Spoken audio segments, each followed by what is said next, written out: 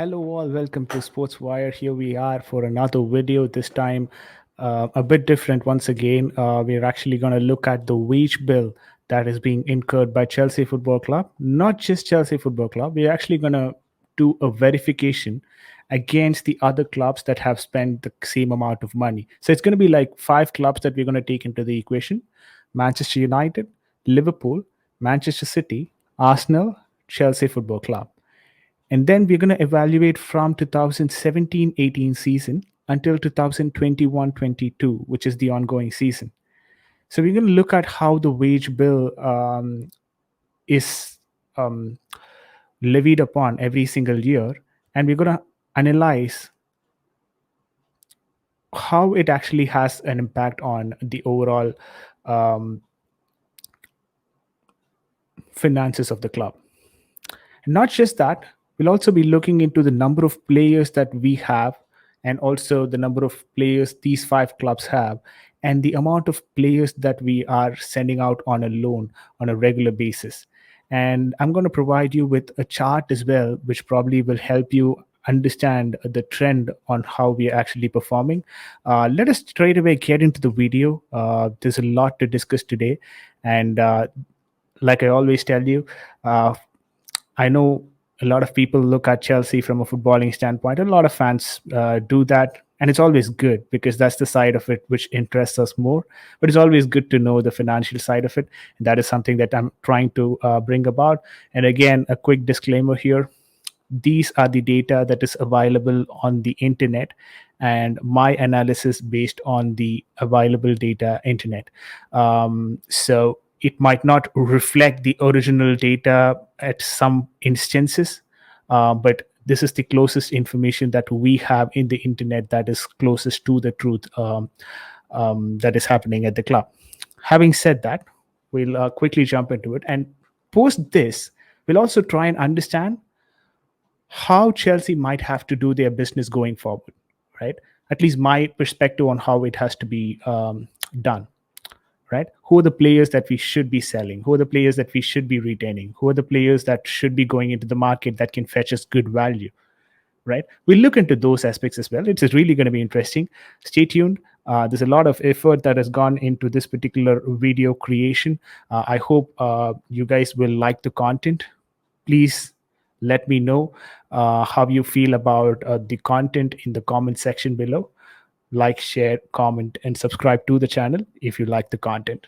And now we'll jump into the video. I'm going to share my screen. I'm going to talk to you guys with the Excel that I've created for this particular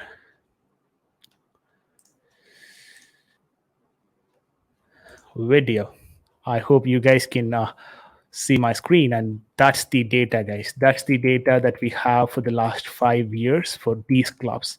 And it really is intriguing when you look at the data, and you can really make a lot of variables out of it. So let's start with the first one. The first table that we have here, like I told you, it's completely on the wage. There's a I wouldn't say a misconception, but there is a bit of conception here at Chelsea Football Club that we are the highest spenders when it comes to the wage bill, which apparently is not true according to this data source. Right now, in the top five clubs, or at least the clubs that we've considered right now, the highest spender would be Manchester United with 227,655,000 per year spent just on wages. All right. But then Chelsea is not far behind. We are actually second in number currently. But then let's look at the trend on how we have come to this particular number. Now let's talk about Manchester United first. The numbers that is being reported here starts from 2017-18. They've been in that 147 million border. And then 18-19, they've gone to a 148. Not a great increase. 1920, they moved to that 157, a bit of increase. 2020-21, 179. And that's a huge increase, right? It's close to a 15 million increase. More than that, it's close to somewhere around 18 million or 15 million increase. Let's have it that way. And then we have the 2021-22, where the wage bill has increased tremendously. It's gone to 227. 227 minus 179 is what? Close to 48 million increase. 48 million wage bill increase for Manchester United this year. Yes, you obviously can attribute to the signings, the latest signings that they've done in Cristiano Ronaldo, Rafael Varane, and other big name signings. And they're yet to offload players. If you look at their squad, they still have players who are not contributing to the highest of capability, but they're still earning loads of money, ranging from Paul Pogba, Harry Maguire. These guys are actually earning a lot of money, right? So that's Manchester United for you. And you would be surprised on how Chelsea are very closely related to Manchester United once I complete this. Then we have Liverpool. Liverpool predominantly have been very quiet in the way that they pay players as well as the transfer market. And you can see that in the wage bill. They start with 86 million 2017-18. They move on to 122 in 2018-19. And 2019-20, they move on to 128. And then they move on to 132. Not the greatest of increase. And then they slowly catch up to 139. If I'm to be honest, if you look at the 5-year period, the 5-year time period, 139 minus 86, which is 53 million, is their net increase over the past 5 years. But if you consider Manchester United, it's gone from 147 to 227, which is 80 million. Right? This is a 53 million increase for Liverpool and an 80 million increase for Manchester United. There you go. That's the difference. And that's huge. Now let's talk about Manchester City. Interesting with respect to Manchester City. And we'll definitely, do a deep dive with respect to Manchester City here, because their wage bill seems to be very interesting as well. Now, Manchester City, 2017-18, they start with 126 million, and then they move on to 145 and 146. Not much of difference in that both the years there. And then they move on to 139, which is a decrease, right? That was interesting. That's a decrease. When you looked at Manchester United and Liverpool, the trend was always in the increasing phase. But Manchester City, for some reasons, in 2020-21, were able to reduce their wage bill, right? That's got to do with a lot of outgoing players, right? Let's look into that in detail. But let's quickly move on to the next year, which is 141 million. 141 million. To be honest with you, 141 million from 126. There you go. An example of a well-run club. 5 years, their wage bill has not tremendously increased. Where is 126 and where is 141, right? 141 minus 126 is 15 million increase. We've been talking about Manchester United with the 80 million increase, Liverpool with the 53 million increase. But then Manchester City, they've done very good business. And as a reflection, there's only 15 million increase for Manchester City. That's a good sign. And then we'll go to Arsenal Football Club. 122, they started 122 million. And then they move on to 133 million. Not a great increase there. And then 115 in the 2019-20 season. And then a 131. Even they have managed to pull back wages in this 1 year, 2019-20. Right? Manchester City did that in 2020-21. And Arsenal did that in the year 2019-20. And then it goes on to 131, which is an increase, but still not an increase as that of the 18-19 season. They've not caught up, right? The 2020-21 wage bill has not caught up to this 133 in the 18-19. And then in the 2021-22, where they had a good amount of signings, they still managed to reduce the wage bill to 90 million. Guys, we know that Arsenal was spending too much of money in the last window for getting players. But then an interesting way of getting players And a contributing factor could be that they are not in Europe anymore. That has reflected in the wage bill, where the wage bill has gone down significantly from 120 from 131 in the previous year to 90. And when you look at the difference, it's close to 32 million for 5 years span of time. So Arsenal, in terms of wage bill, at least they've done a good job. Yes, I understand. You guys could definitely tell me that you know what, Vijay, that's probably because they are not in Europe this time. They didn't have to spend so much of money to sign those sort of quality strikers that they had to do in the year 2017-19. And I get it. I completely resonate with you. But though that is a contributing factor, looking from a pure financial standpoint, that's a good thing for the business, right? Now, Chelsea Football Club. We start from 2017-18. We started 118 million. Okay, fair enough, in that range with other top clubs like Manchester City and Arsenal and Manchester United as well. And we move on to 140,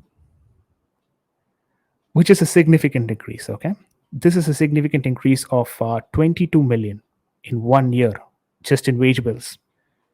And then we are able to do that reduction.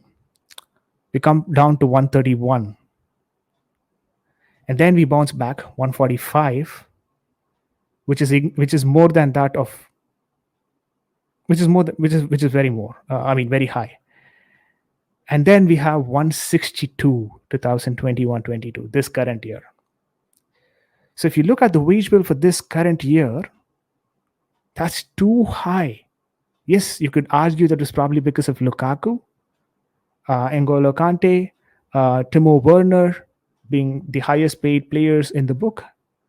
But then the value is 162 from 118 5 years ago.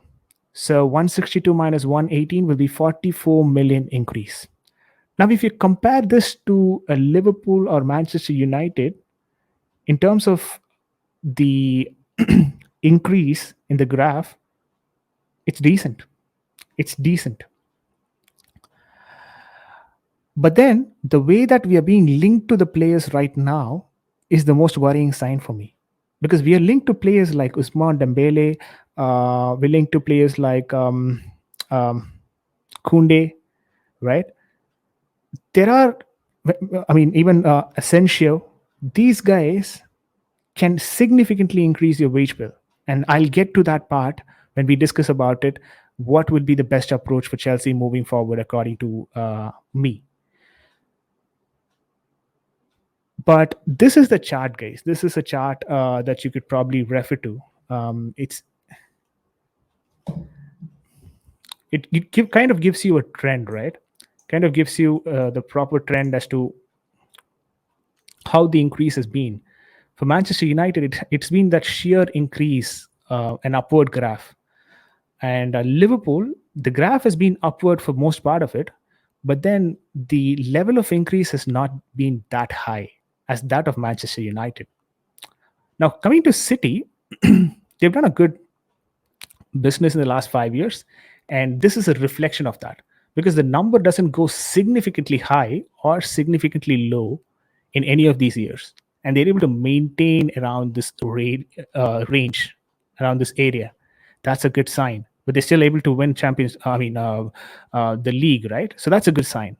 Coming to Arsenal, they've managed to pull down the wages, and we all know the reason for that. We've already discussed about it. Now, Chelsea, again, in terms of wage bills, the last 5 years, the trend has been increasing, except for the 1 year, 2019-20. The wage bill has been increasing, and the increase has not been significant, which is a good thing. But one thing that I'd like to say here is that the way that we were operating in the last 5 years were non-pandemic years.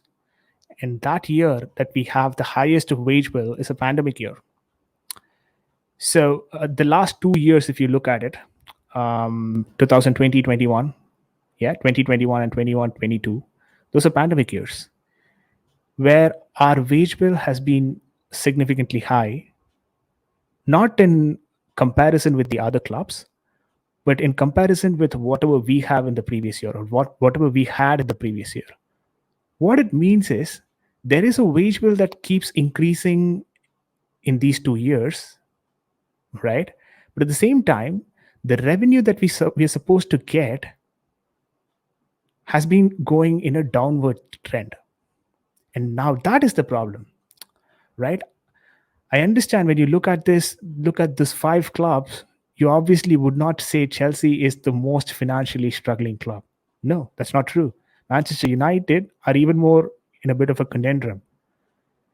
But Chelsea as well are kind of in a bit of situation, right? Because the last 2 years, like I told you, are pandemic years where the revenue has gone low, but the wage has become increased. That's the problem. If you look at teams like Manchester City and Arsenal, they've been able to pull down that revenue. Pull down that wage in the last 2 years. I'm not saying they're better run. Arsenal have a different reason. City, maybe they are better on. Liverpool, there is a bit of increase in the last 2 years, but it's not as significant as that of Chelsea, which could be a worrying factor for them.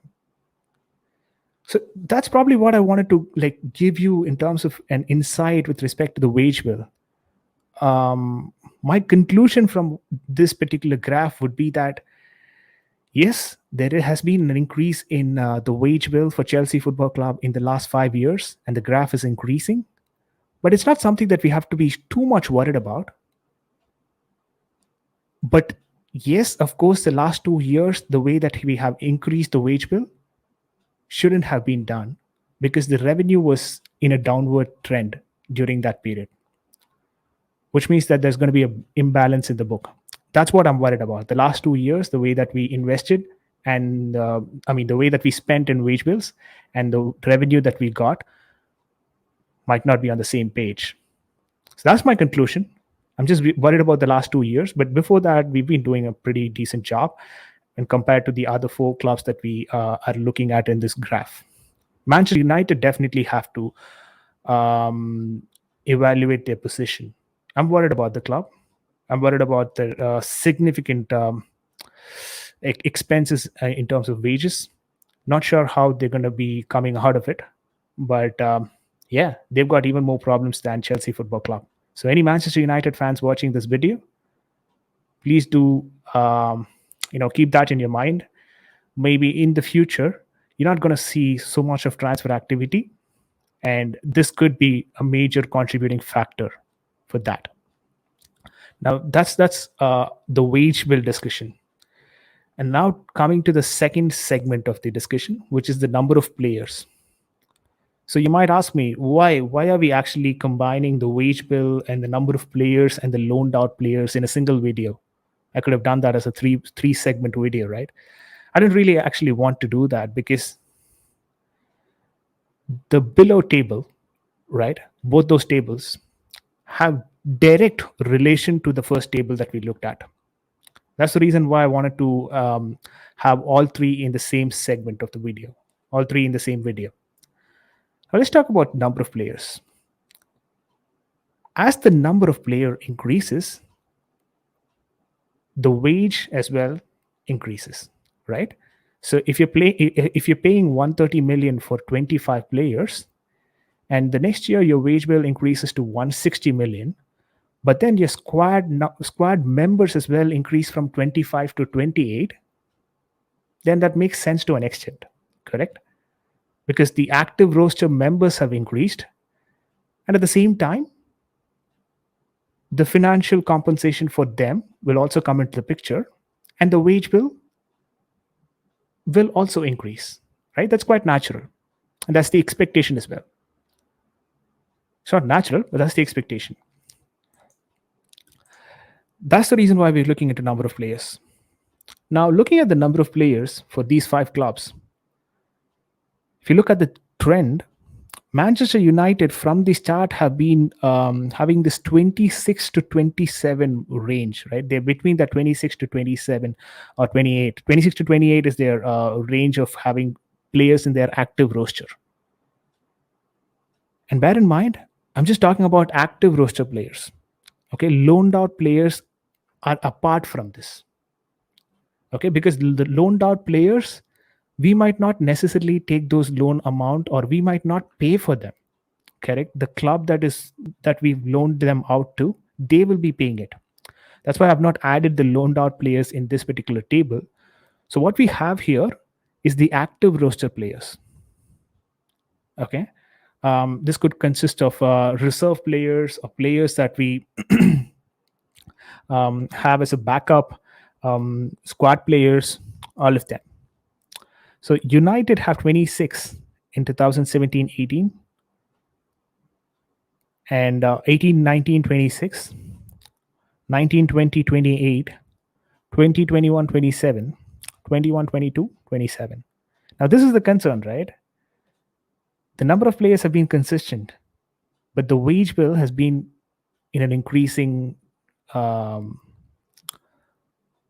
it's been increasing the last 5 years. That's the problem for Manchester United. Let's look at Liverpool. They had 29 players in 17-18 season, and then it reduced to 26, and then 27.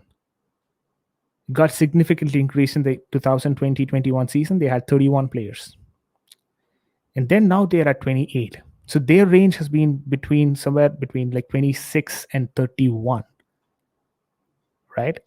And if you look at the trend as well in terms of wages, it's reflective of it, except for the 17-18 season.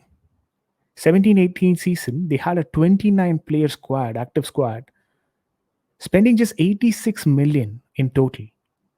That's some good work. And what naturally happened is the squad reduced, not naturally. What happened is 26 the next year, but then the wage increased to 122. And then we had 27 players. The wage was still increasing. 26 to 27 for that one player, the increase was pretty much acceptable. And then we had 31.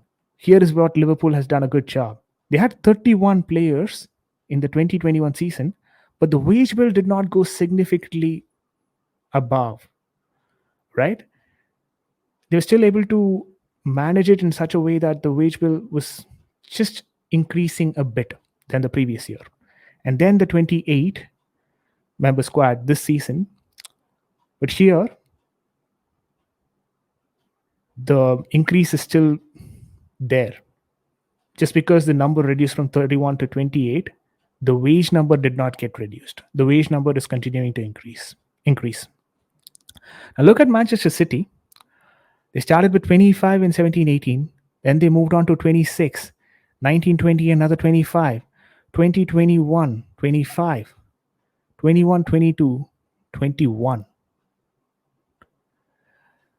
Now, see, that's the thing, right? With respect to Manchester City, why I'm probably saying that's probably one of the well-run club here is because they don't have too much of members in their squad. At the same time, they don't spend too much of money on the players in terms of wage bill as well. It's pretty nominal. It's pretty decent. Okay. And City has done a good job at that. Now, Arsenal, 17-18 was 29 players. 18-19, 28 players. 19-20, 25 players. 20-21, 28 players. 21-22, 23 players. They've reduced the number of players. And you know the reason? They're not in Europe anymore, so they don't want that sort of a broad squad.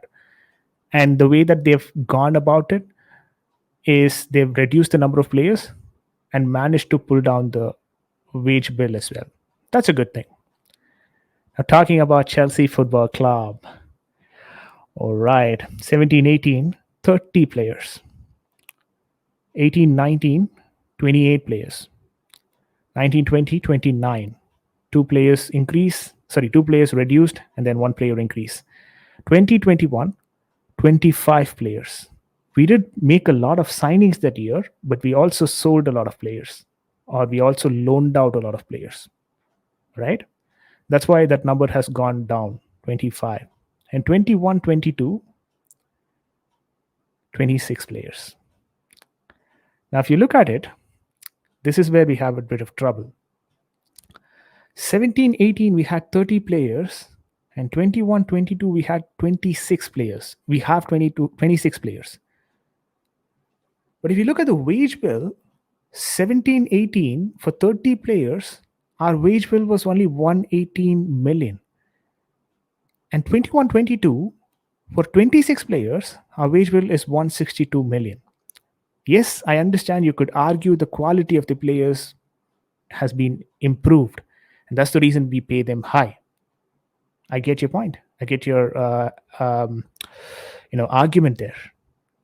But my concern is it should be in such a way that when you reduce the number of players, it should also have a bit of impact in your wage bill, because the whole idea for you to reduce the number of players is to not take significant wage hit, which is exactly what Chelsea has done here.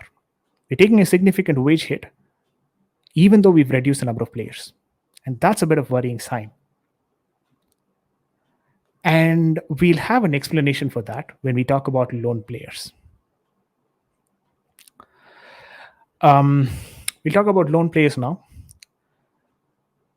I'll tell you, number of active players in the roster, if you take that number and you compare it against wage structure, my conclusion is that Chelsea has not done the best of the business. We've reduced the number of players on the active roster, but the wage bill has significantly increased. We might have to reevaluate how we do business there. That would be my yeah.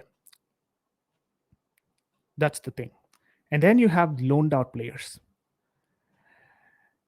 Interesting, with respect to loaned out players, the numbers are significantly high when it comes to Chelsea Football Club. So the argument that Chelsea has a beautiful youth system, a wonderful academy, a great young team, all that is proved with these numbers. We've got so many players on loan, not just in the previous year or the year before that. The last 5 years, the number of loanees that we have had been significant. Yes, of course, we are actually generating revenue out of them. I get that aspect of it. But all that it does is it also adds up to the expense at some point. Let's look into it. The loaned out players. Manchester United 17-18 season, 5 players. 18-19, 6 players. 19-20, 5 players. 20-21, 6 players. 21-22, 5 players. They've been in this 5-6 range, just 5 and 6 loanees every season. And that worked out for them. Liverpool 17-18, 8 players. 18-19, 11 players. 19-20, 11 players. 20-21, 6 players. 21-22, 2 players. So they've tried to reduce the number of loanees for their season this particular year, and thereby increasing the number of people in their active roster. Yeah, maybe they saw the previous year and decided, you know what, we probably might not be able to work with this broad squad. With this limited squad. Given the pandemic situation, we need to broaden it out. That's probably what they've done. And then we have City 17-18, 12 players. 18-19, 4 players. 19-20, 9 players. 20-21, 9 players. 21-22, 7 players. If you look at 2017 to 2021-22, yeah, the number has decreased, but not very significantly. Okay. All that it tells you is that it's not as strong as that of a Chelsea academy or the loan system. But then they kind of work it around with a properly maintained wage system. Then you have the Arsenal Football Club. 17-18, 6 players. 18-19, 5 players. 19-20, 2 players.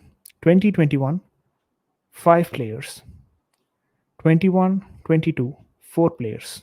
Now the thing is, Arsenal as well have reduced the number of players going out on loan. And that's working out for them.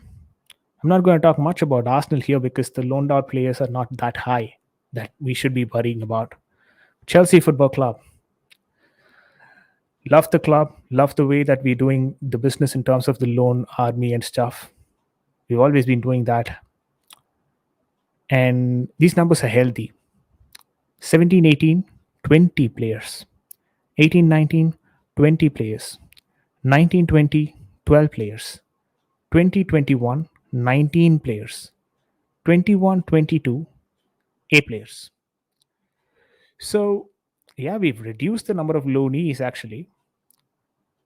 And I'll tell you why we probably have done that is because we've got a lot of youth players promoted to the first team squad now that our loan players have become less.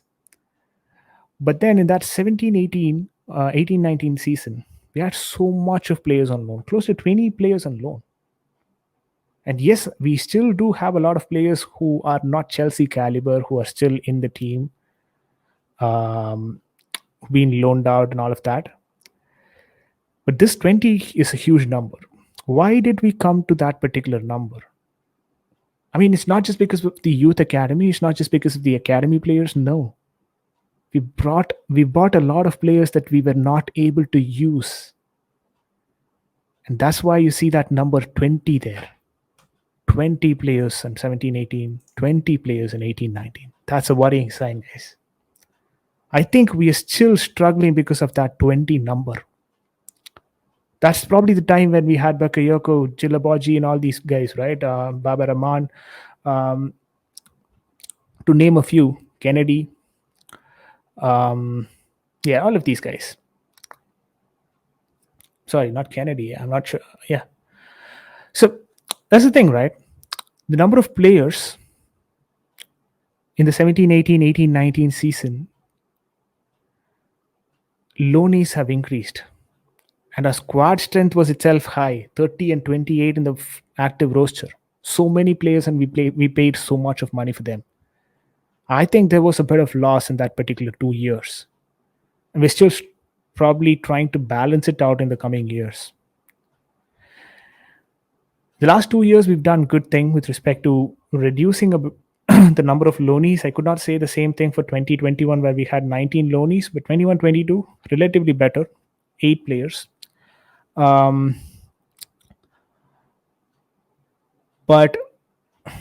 if you're doing business with respect to loanees and having a broad squad, it's kind of inversely proportional. If you start having an active roster of more people and you're spending so much of money there, we might have to have a lot of players going out on loan so that you get some amount of value from loaning them out at least, right?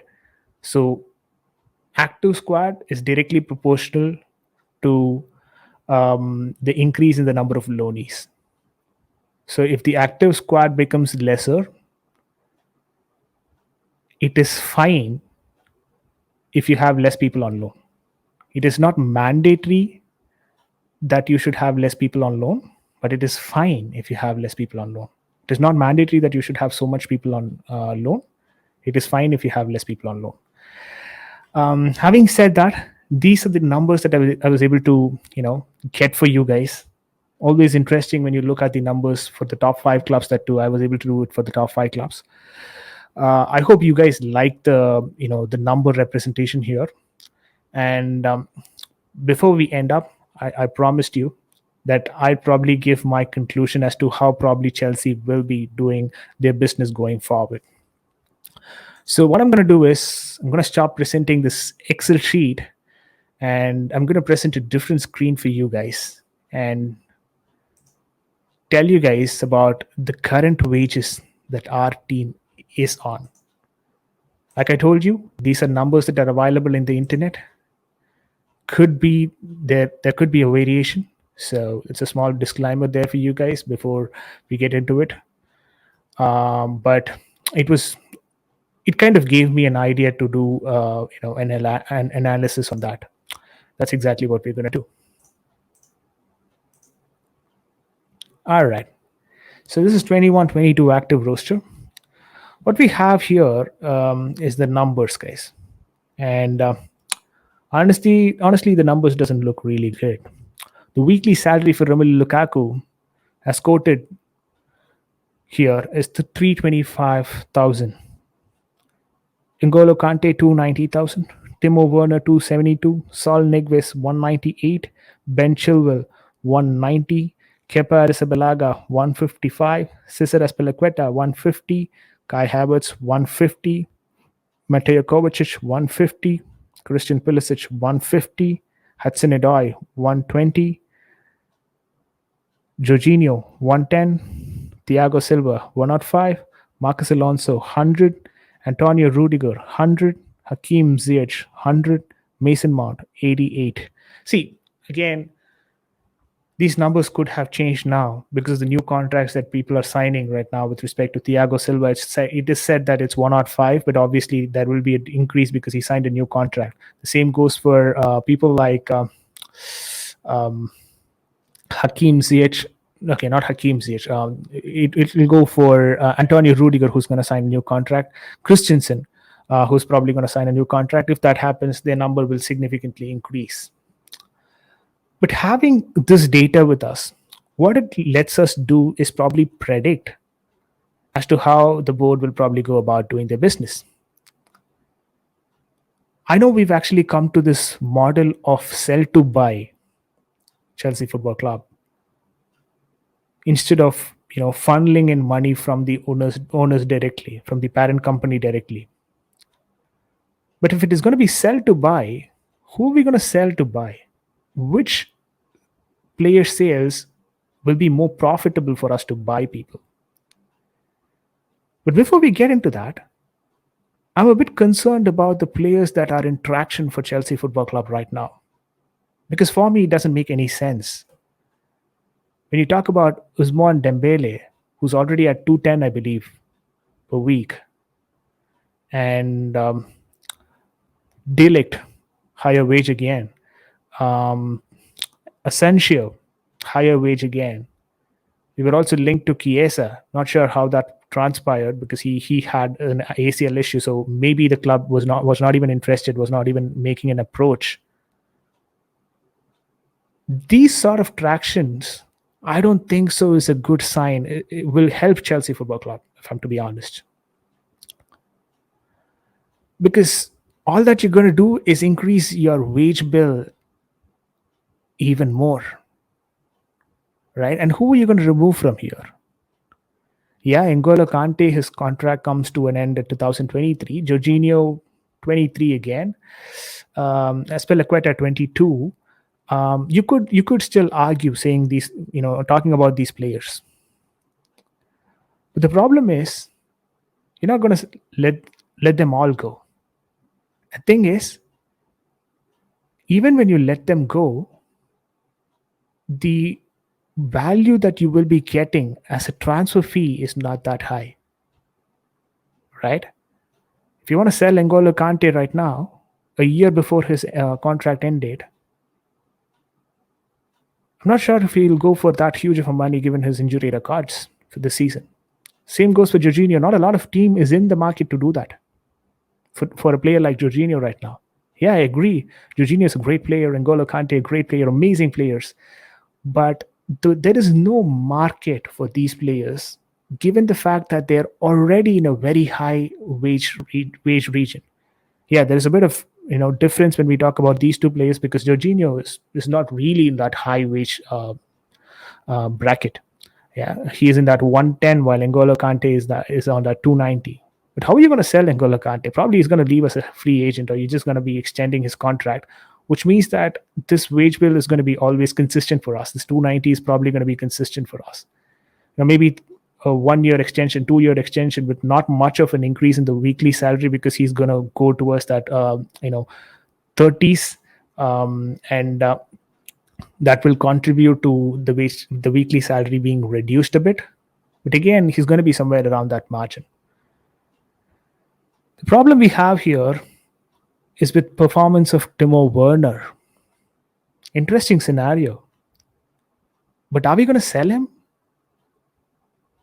Given his current performance, I know he's a hard-working lad, complete respect to him in the way that he's performing every single time when he's on the pitch. Maybe he's not able to score, but he definitely is contributing. But if we have to sell him, he's already on 272,000 euros. How are we going to sell him, right?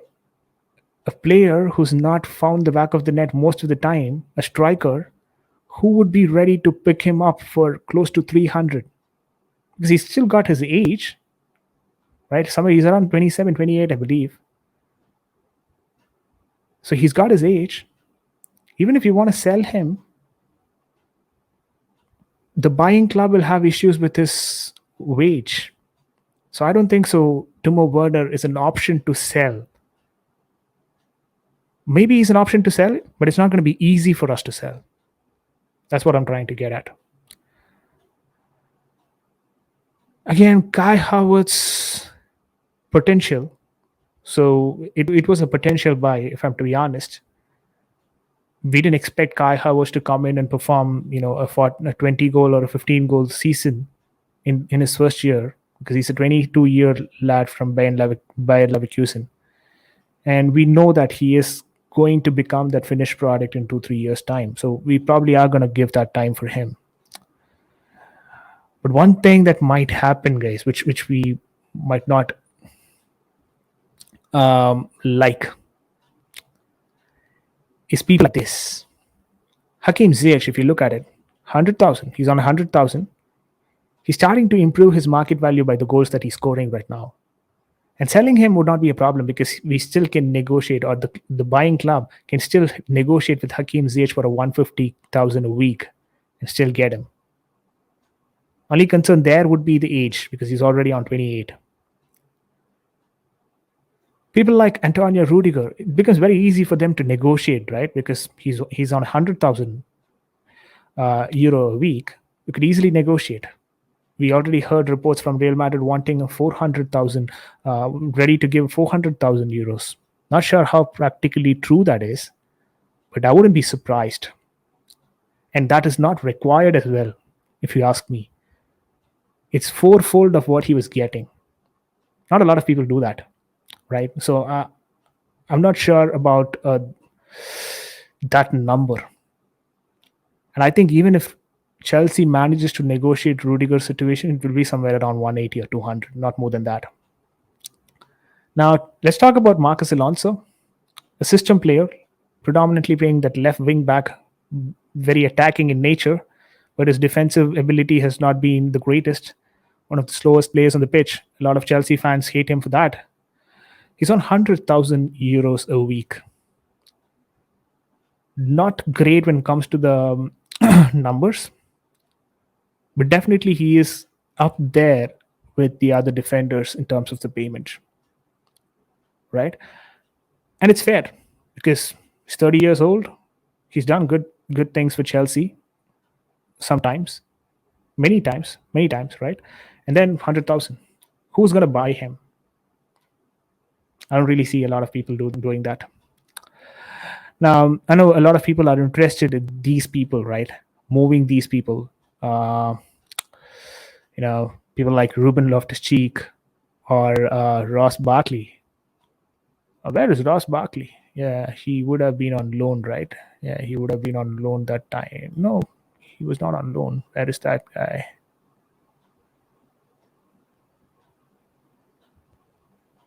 Yeah, Ross Barkley is here. So he's on a reserve roster. So he basically gets a guaranteed salary. It's not that a weekly wage, but he gets a guaranteed salary. Okay. So we can move him. But are we taking a huge loss because of Ross Barkley being on the team, I'd say no, because what we spend for him is what, around five. Yeah, it's 5 million. That's it, 5 million, right? That's what we spend for him per year. Not really great. He's not on that weekly wage sort of a structure. Ruben Loftus-Cheek, yes, that would be a good one for us because he's already on 6G. Someone can get him on that 110. At the same time, we can actually sell him. So to conclude, I'd say we're going to look at sell to buy sort of an option for Chelsea Football Club. And the players that we probably will be looking at moving would be a mix of young talent and probably very less seniors.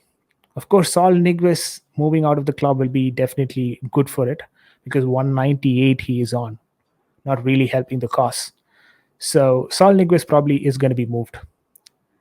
But apart from that, I don't think so. There'll be a lot of movement in terms of senior players moving out of the squad, even though you might think they're not performing to the best of their abilities, because there's no market for them right now.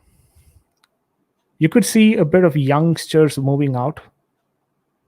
Don't be surprised if you even come across Callum Hudson-Odoi being moved across, because financially it does make sense for Chelsea Football Club. His market is good.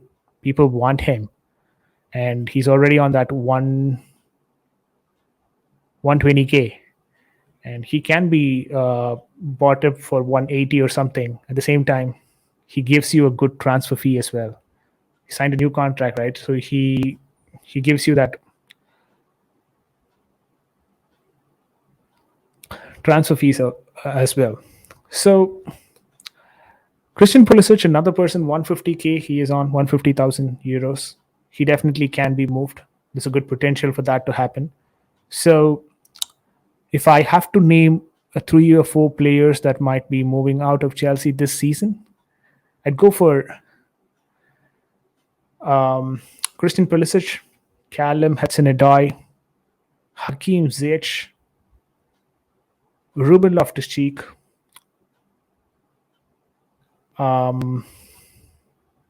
Yeah, those are the guys I'd probably go for.